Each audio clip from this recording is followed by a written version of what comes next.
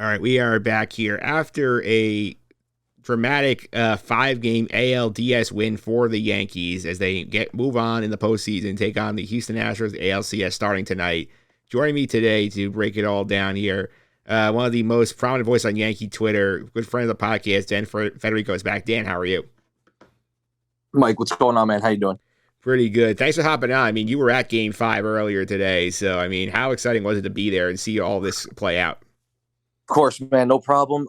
Game five, it was, I love, regular season games, big moments are awesome in Yankee Stadium. Don't get me wrong, but just nothing beats the playoffs, especially a game five where it's all on the line. Could be the last game of the season. So even for a 4 p.m. start, I'd say by the second or third inning, the place was completely packed. Fans were on their feet all game. It was really a great atmosphere, and I feel like they helped the Yankees a lot. Absolutely did here. I mean, one thing I sort of take away from this Game 5 scenario here, especially, is we have to kind of discuss what happened last night here. I mean, that was complete mess how this was handled yesterday. Yeah, I mean, listen, I've been to that. Yesterday was my third rain out this year that I've been to for Yankee games, and I am pretty critical of the Yankees. I never was in the past until I saw it in person this year, but I know last night had a lot to do with MLB itself. So there were a lot of moving parts, a lot more than usual. But I mean, listen, you're there. I heard friends of mine that were there at 5 p.m. ready to go and stayed there till 10. There were no updates from when they said the game would be delayed up until they announced the game was canceled. And a lot of angry people leaving. I mean, I was there. It was bad news, but it seemed like everybody took that anger and upsetness and kind of took it out today on the Guardians. So ended up working out in their favor anyway. Yeah, absolutely did here. I mean, the thing that helped out the Yankees especially was the fact that they could actually go to Nestor Cortez in this game, and he gave them 5 good innings. The thing I didn't understand when going is like the Cleveland Guardians had Shane Bieber theoretically available on 3 days, and Terry Francona chose not to do that. Instead, going back to Aaron Savali, I hadn't pitched in the postseason. He comes in, he gives up a 3-run homer immediately, puts him in a giant hole, and then that's something that me guys can't understand. Is like I get that guys don't usually do 3 days rest, but to me, it's like feels like a waste to have a guy as good as Bieber just sitting there and not being used, and you end up going home. Yeah, I mean, it could end up being something like the Buck Showalter and Zach Britton thing, where how could you not use your best pitcher in a situation where you need him? Now, listen, you could kind of understand maybe where they're coming from. I'm not going to completely criticize the Guardians for their decision making, but yeah, this is the last game of the season. That's how you have to look at it going into it. You have to use everybody that's available, and I thought maybe once, even when the Yankees went up 3-0 early, I thought maybe they'd pull in Bieber just to try and settle things down. But yeah, they stayed away from it. It was very interesting, and that could be a big reason why the Guardians are not in the ALCS now, because Bieber is one of the top pitchers, whether he's on or not. He's arguably one of the top pitchers in the American League. So it's definitely an interesting decision for sure. Yeah, absolutely here. And I think the big takeaway from this series as well, in my opinion, is that Garrett Cole, you can no longer question him as being a big postseason guy for the Yankees, because he gave them 2 huge starts in the series. Especially game 1 set the tone. Game 4, they're down 2-1, gives them 7 brilliant innings here. I mean, what do you think about what Garrett Cole did here? I mean, listen, this is why he got paid and he showed out finally. I mean, he's had some, he's been, he's had some very good showings in the playoffs. Obviously, then you look back to the Red Sox showing was not what you paid for. So going into this year, it was kind of like, it's time to, put up or shut up, and definitely put up, pitched like an ace both games. And you couldn't have asked for more. And, no matter the outcome that happened today, Cole was somebody who you could say, at least up until this year, is now worth the money, what he did, putting the team on his back and really giving it his all. And it's going to be very interesting now to see how he battles against Astros, where he looks like he's going to be pitching game 3.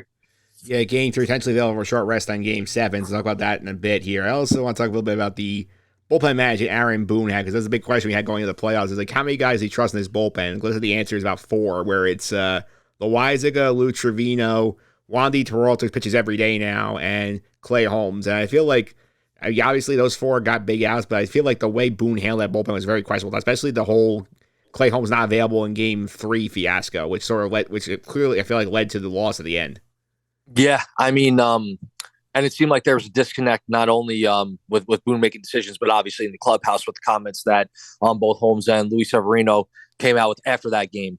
So it was very interesting what he was doing. It seems like there's a disconnect, whether that's with the front office using Boone as the scapegoat to kind of make these decisions, or Boone himself. I mean, there's definitely something interesting going on, but fortunately for the rain delay, the Yankees were saved. So because if he went into if the Yankees ended up playing yesterday, it seemed like you would think no matter what they'd have to use him, but it would have went back on Boone's word 24 hours before that. So it would have been definitely interesting. I was kind of in a way wanted to kind of see how that would have worked out, but they had the extra day and they were able to get him in today. Now tomorrow, a whole different day. I don't know if they're going to use game one, like Boone said earlier.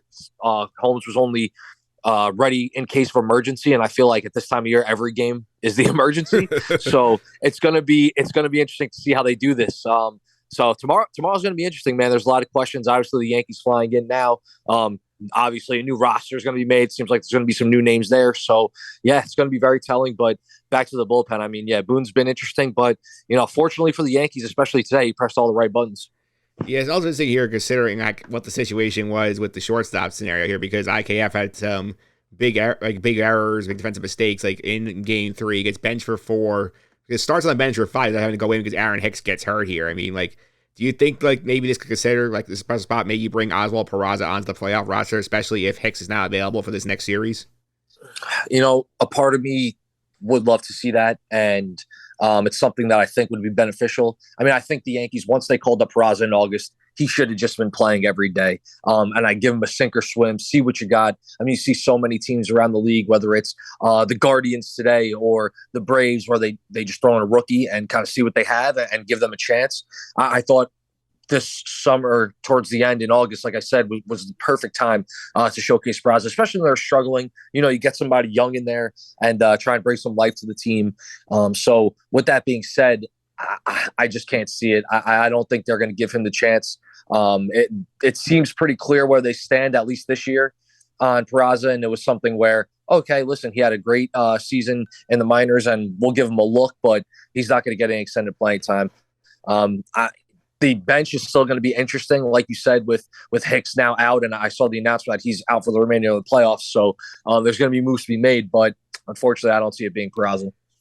Yeah, I mean, Aaron Boone said an hour ago, too, that Andrew Benintendi is not going to be on the ALCS roster. He doesn't anticipate that being here. That would be a good fix. That happened, and now it looks like you're back to the point where I think Cabrera has to go back to left field. I don't think they trust Matt Carpenter out there yet. Yeah, I mean, it's crazy when you think about it, because if there's one type of player this team needs, it's a prime Andrew Benintendi or an on Andrew Benintendi, just playing a great left field, getting on base, playing in Yankee Stadium, left-handed hitter, you could always reach that short porch. So I feel like he's somebody who would just be the perfect fit. And unfortunately, he's still not healthy, and it's a shit. Oh, excuse me. It's a crappy situation for the Yankees and for Benintendi. But like you said, I could definitely see the move of Cabrera back to left and put IKF at shortstop. But, there's other moves that can be made. I don't foresee a DJ LeMahieu, but at least right now, I think that's possible, where you could maybe work him into the lineup. Then, the infield defense would be weakened because maybe you'd shift Glaber to short, or, there's got to be some corresponding moves that they have to figure out with that. But that could be an option. Also, I honestly wouldn't be surprised if they try and sneak Giancarlo Stanton in left field and have Matt Carpenter DH. We've seen him a couple times just for pinch hitting appearances, but he's on the roster. I mean, he's a great player, and especially for this team, he did so much this year, but I feel like he is a little bit of a wasted roster spot, just because if you're only going to use him as a pinch hitter, what value does that really bring, right? So I could see them utilizing Stanton more in left field, but it's definitely going to be interesting tomorrow. And it's crazy that's only less than 24 hours away. So we're going to get some answers really soon.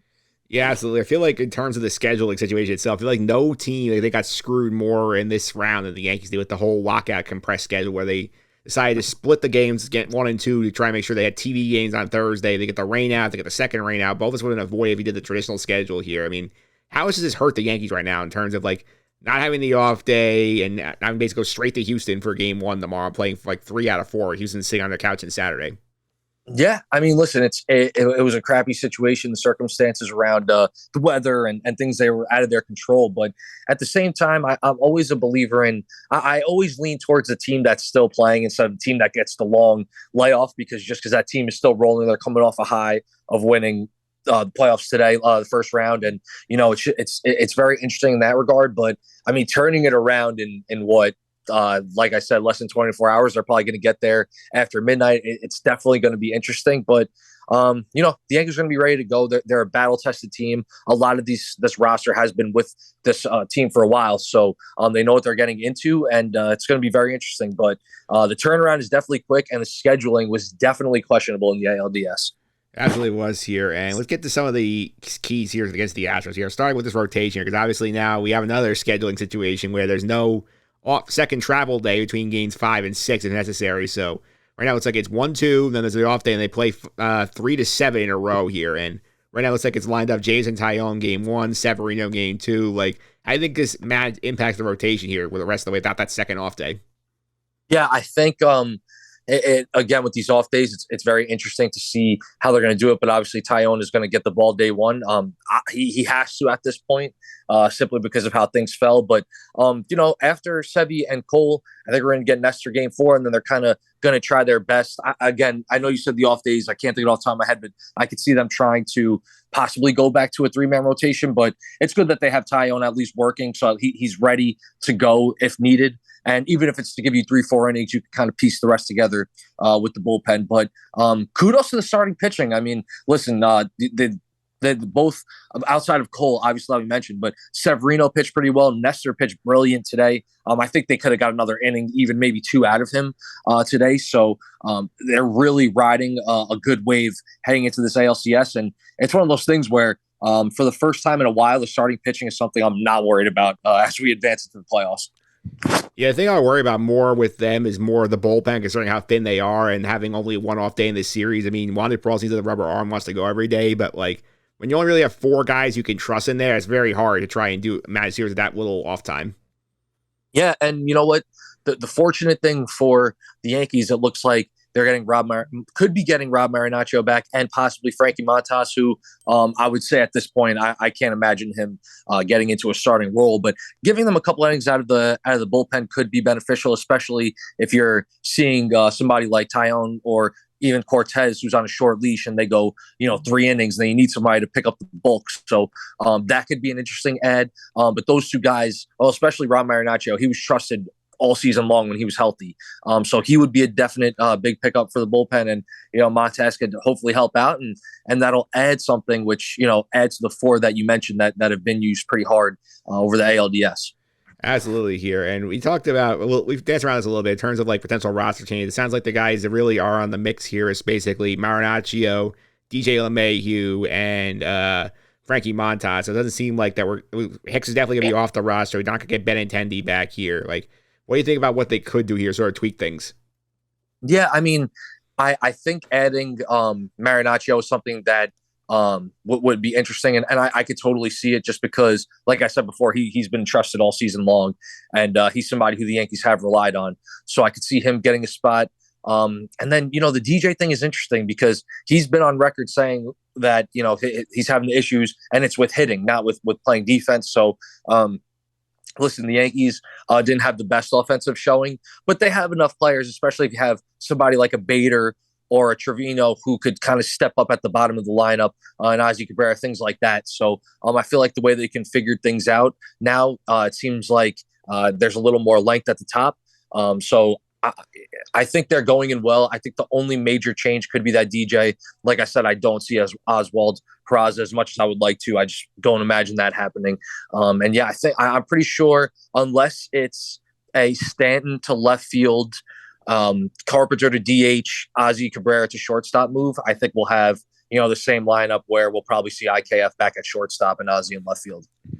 Yeah, the thing with DJ is, I mean, obviously, like he's been battling the toe issue for a long time, and he obviously didn't make the roster because he was not very effective when he was there. It's like, I mean, even if he is there, I mean, can you really count on him to be in the lineup for these games right now, basically coming in cold and having not done much for the second half of the year?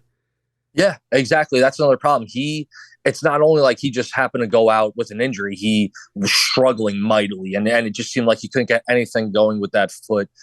So I'm personally not expecting much. Even if he's added to the roster, I think maybe he would be there as a defensive replacement, like if break in case of emergency type guy.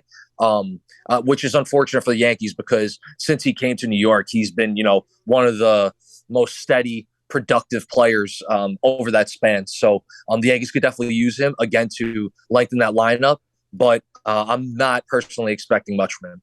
Absolutely. And obviously, they're dealing with, of course, the big bullies, the Astros, who have beat them 5 out of 7, knocked out of the playoffs a couple times the last 2 years here. Like, what do you think needs to happen for them to do well in this series? It's interesting. It's going to be tough because the Astros at this point, they're past the cheating scandal and they're still winning. So it's hard because they're still a very good team, whether fans like it or not. They're definitely someone not to rely on, as evidenced by them being the number 1 seed. So it's going to be a big problem for the Yankees. They have a lot of big bats. Their pitching always steps up. They're good all over the place, and there's no, especially at this point, it's not going to be easy for the Yankees no matter who they're facing. I mean, you're down to the final 2 teams in the division, so it's just one of those things where they're also battle tested. They have a lot of guys on the roster that have won a lot of big games. They have young talent. They have depth. It's going to be tough. I think it's going to be another classic, 6, possibly 7 game series between these sides. Which way it's going to go, I don't know, because it's interesting. I mean, again, I keep harping on it, but it's just amazing how right after they went through their whole cheating scandal, they were still able to step up and just become exactly what they were while they were cheating, So it's going to be interesting. And I can't give a prediction, but I just know it's going to be a long series. And a lot of fans are going to be excited because this is a matchup everybody's been waiting for. Yes, especially because I think tomorrow's gonna be tough because tonight's gonna be tough. We're recording on Tuesday. It's supposed to be out on Wednesday here. I mean, Verlander's line for game 1 is not gonna be fun. The Astros have so many guys they can throw in this rotation here. It's like they really could go a full 5-man rotation if they wanted to. They have the depth to do that, which is very challenging for the Yankees to sort of compete with. Yeah, they have depth. I mean, pitching, like you said, of course, in their lineup too, bullpen. They've got people everywhere. And again, it's not just talented; they're battle tested. They're playoff. People that have played, experienced big games. It's gonna be a lot for the Yankees. I mean, the offense needs to definitely rely less on their power, and that's going to be tough anyway because that's something that the Astros could counteract easily with their starting pitching. They got to be at their best brand of baseball, and it's coming at the right time because when better time than to get to the World Series. Yeah, it's also fun. I look at some of these game times because I was looking to see because obviously the series overlap so much because there's only one off day in each series in games 2 and 3. And looking at some of these game times, especially the Yankee games at home, I mean, we got 5 o'clock on Saturday night. That's going to be the first home game here. Sunday is the 7 o'clock game. Monday 4 o'clock at the stadium. That's going to be interesting. Wow. Yeah, the scheduling is definitely interesting. I mean, listen, 4 o'clock today was really cool, but at the same time, it was due to circumstances. Like, I don't think it's something I'd want to do consistently. But it's the game times are kind of all over the place. Kind of goes back to the scheduling thing. It's interesting.